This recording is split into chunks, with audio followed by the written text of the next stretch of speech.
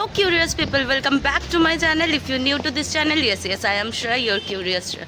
So guys, আজকে আমি যাচ্ছি খুবই একটা ব্যাপক জায়গায়। অনেক দিন ধরে ইচ্ছা ছিল, তো ফাইনালি আজকে যাচ্ছি। এমনি আজকে বকরিদের দিন, তো রাস্তাঘাট খুবই ফাঁকা।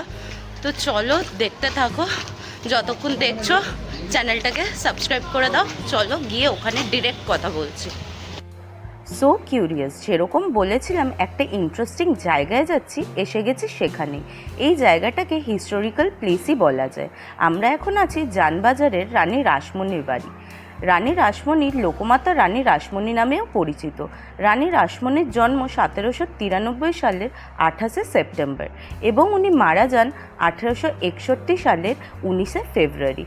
উনি ছিলেন একজন ভারতীয় ব্যবসায়ী, জমিদার, সমাজসেবী এবং কলকাতার দক্ষিণেশ্বর কালী মন্দিরের প্রতিষ্ঠাতা। তিনি শ্রী রামকৃষ্ণ পরমহংসদেবকে দক্ষিণেশ্বরের কালী মন্দিরের পুরোহিত হিসেবে নিযুক্ত করেন। এইবার আসি এই বাড়িটার বিষয়ে। রানী রাসমণি গত হওয়ার পরে এই বাড়ি 3 মেয়ের নামে ভাগ হয়ে যায়। ওনার 4 মেয়ে ছিলেন। বড় মেয়ে পদ্মামণি দাস, মেজো মেয়ে কুমারী, সেজো মেয়ে করুণা এবং ছোট মেয়ে জগদম্বা। কিন্তু সেজো মেয়ে মারা যান ব্লাড ইনফেকশনে। 2024-এ যতটা জানতে পারলাম, এই বাড়িগুলোতে এখন রানী রাসমণির 8 জেনারেশন বাস করেন এবং এখন যেটা মেজো মেয়ের বাড়ি বলে প্রচারিত, সেটাই ছিলেন রানী রাসমণির বসত বাড়ি। তো এবার আসি এখন যে বাড়িটা দাঁড়িয়ে আছি সেই বাড়িটার কথায়। তো ঢোকার সাথে সাথেই তোমরা দেখতে পেয়েছো যে 2 সাইডে 2টো বারান্দা উঠে গেছে সিঁড়ি যুক্ত হয়ে। তারপরে সোজা ঢুকে দেখতে পাবে একটা বিশাল বড় ঠাকুর দালান, আর ঠাকুর দালানের দুপাশেই বাংলা এবং ইংরাজিতে লেখা আছে যাতে জুতো খুলে ওঠা হয়, কারণ এখানে দুর্গা পুজো হয়। আর উঠেই একদমই পাশেই দেখতে পারবে প্রথমেই রানী রাসমণির একটা মূর্তি রাখা রয়েছে। খুবই সুন্দর দেখতে। মেনটেন করলে বাড়িটা আরও সুন্দর লাগতো, কিন্তু মেনটেন্যান্সের খুবই অভাব। যাই হোক, এখানটায় যে বেদিটা করা আছে সেখানটাই দুর্গাপুজো হয়। দুর্গাপুজোর সময় তোমরা চাইলে আসতেই পারো, কেউ কিছু বলে না। এমনিও কেউ কিছু বলে না বাড়ির নিচে থাকলে। উপরে ওঠার পারমিশন নিতে হয়। উইদাউট পারমিশন তোমরা উপরে উঠতে পারবে না। উপরে এখনো পর্যন্ত আছে, যেইটুকু আমি কথা বলে জানতে পেরেছি, এখনো পর্যন্ত রানী রাসমণির খাট এবং যেই টেবিলে উনি বসে সব কিছু হিসাব নিকেশ করতেন, সেই টেবিল এবং অনেক রকমের ফটো এখনও উপরে রাখা আছে। যাই হোক, তো উপরে দেখতেই পাচ্ছ এখনও সেই পুরনো একটা ঝাড় বাতি লাগানো আছে। তো একটা কথা বলি, যখন আমি ঢুকে এখানটায় ভিডিওটা করছি, তো যেরকম বললাম নিচে এখন পুরো জায়গাটাই তোমরা দেখতে পাবে। নিচে এই ঠাকুর দালানটা ছেড়ে পুরো জায়গাটাই রেন্টে দেয়া, বোধ হয় রেন্টে দেয়া বা ওনাদেরই নিজেদের কোনো কাজও হতে পারে। যাই হোক, তো সেখান থেকেই একজন আমাকে বলল যে এখানে ভিডিও করা যাবে না, পুজোর সময় এসে ভিডিও করবে। তো আমি বললাম এখানে কি ভিডিও করা বারণ? তো উনি বললেন যে না, কিন্তু পুজোর সময় এসে করবেন, তো এখন করবেন না। ওই যেখানে রেন্ট দেওয়া বা কিছুর ওখানেরই একজন কর্মচারী। তো ও বললো যদি করার হয় তাহলে ওনাদের থেকে পারমিশন নিয়ে দেন ভিডিও করুন।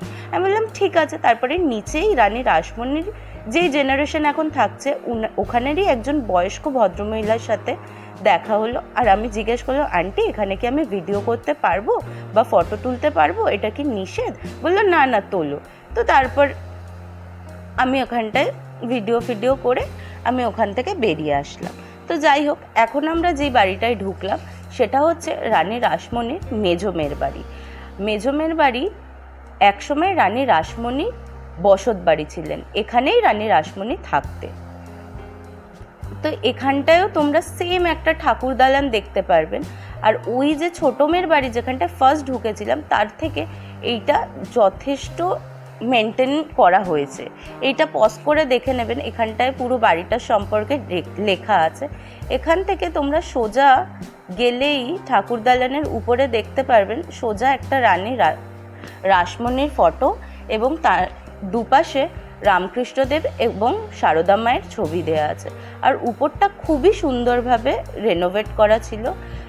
এখানেও তার যে 8 জেনারেশন তারাই থাকে। এখানটা একটা তুলসী মঞ্চ ছিল, কিন্তু তুলসী মঞ্চের ওপরে আলাদা করে তুলসী গাছ একটা লাগানো ছিল। আর খুবই সুন্দর লাগছিল বাড়িটা।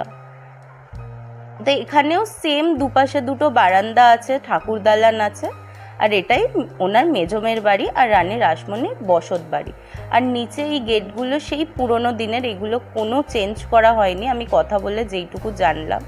আর এই দিক থেকে যে সোজা, এখানেও রেনোভেশনের কাজ চলছিল, এখান থেকে সোজা উপরে যাওয়ার রাস্তা, একই ব্যাপার, পারমিশন নিলে তারপরে উপরে যেতে পারবেন। আর এই ফটোটা ছিল ফ্যামিলি ট্রি, যেইটুকু রানী রাসমণির সব কিছুর বিষয়ে, মানে বংশের বিষয়ে সবটা লেখা ছিল। এবার আমরা এখান থেকে চলে যাব সোজা রানী রাসমণির বড়মের বাড়িতে, বড়মে পদ্মমণি। তো এই বাড়ির যতটা শুনলাম, এই বাড়ির পুজো বন্ধ হয়ে গেছে, তো এখানটা আরও সুন্দরভাবে রেনোভেট করা ছিল। এই বাড়িটা খুবই সুন্দর। এখানেও সেম ঠাকুর দালান আছে এবং দুপাশে মানে স্ট্রাকচার সব কিছুর একই ধরনের।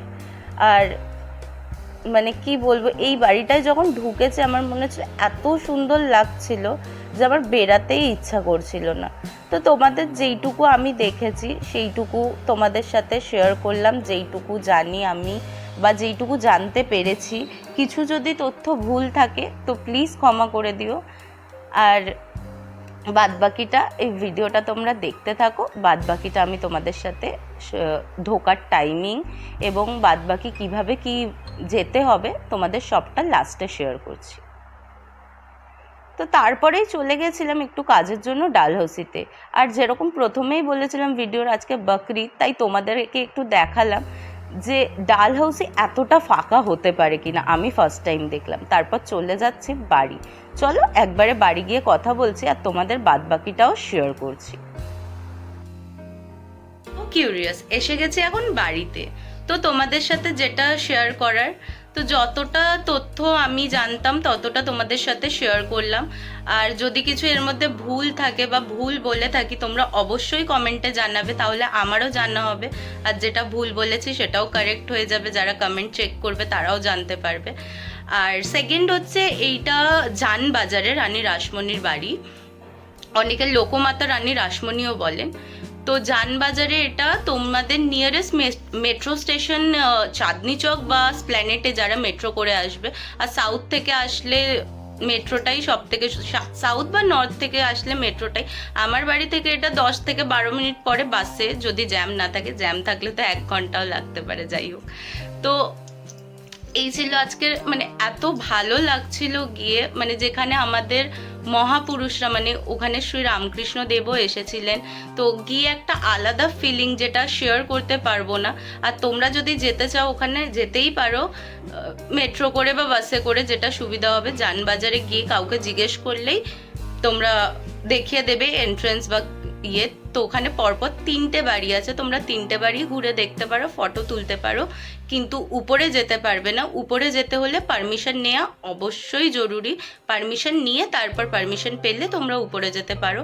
আর টাইমিং হচ্ছে বিকেল 5টা থেকে রাত 9টা অবধি তোমরা ওখানটায় ঘুরতে যেতে বা দেখতে যেতে পারো।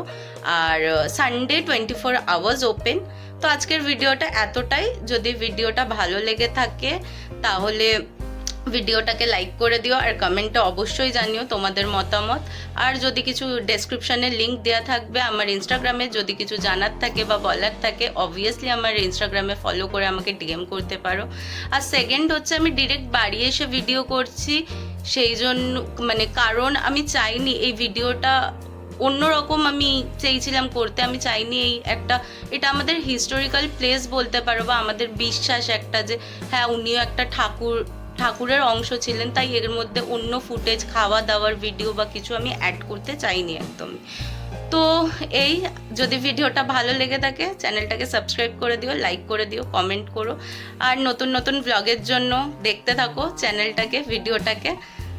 সো গাইস, টাটা, দেখা হচ্ছে নেক্সট ভিডিওতে।